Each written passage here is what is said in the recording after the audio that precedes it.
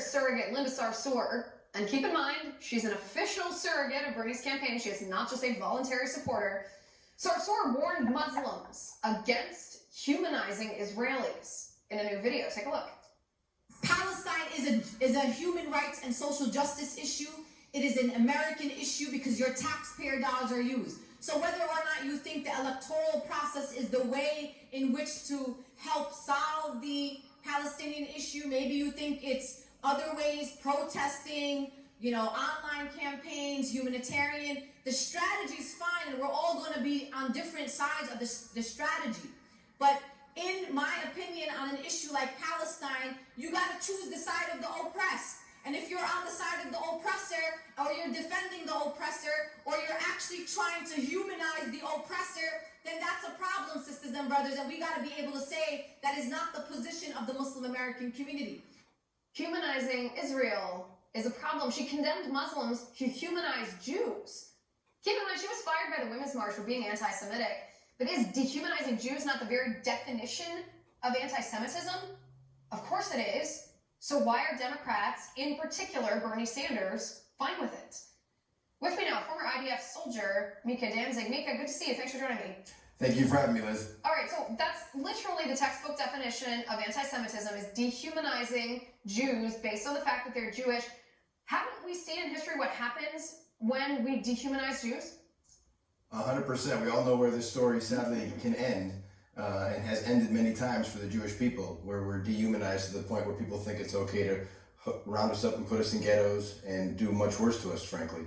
Linda Sarsour is an anti-Semite, plain and simple. There's no doubt about it. She's proven it over and over again. She says she's tweeted, nothing is creepier than Zionism. Zionism being the Jewish people's national rights movement.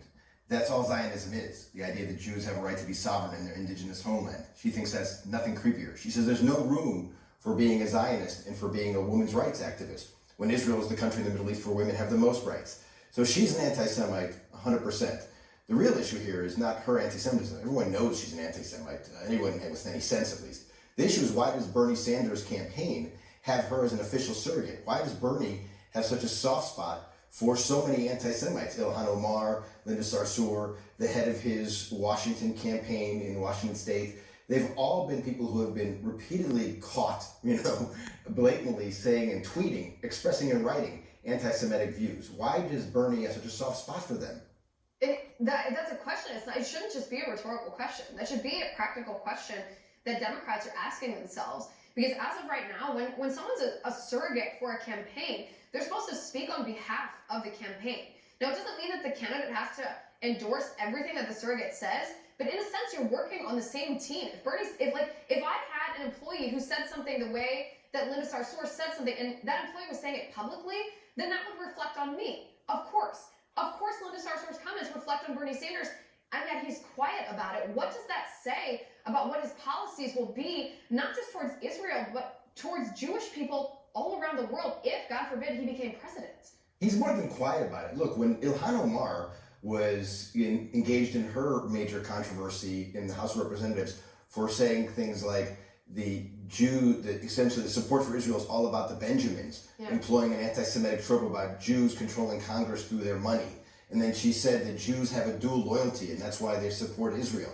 And when she talked about Israel, quote, hypnotizing the world to its evil, Bernie wasn't just quiet about it. He defended her. He deflected. He claimed that she was just engaging in, quote, legitimate criticism of Israel. Yeah, he actually said she is not an anti-Semite. She is not anti-Semitic.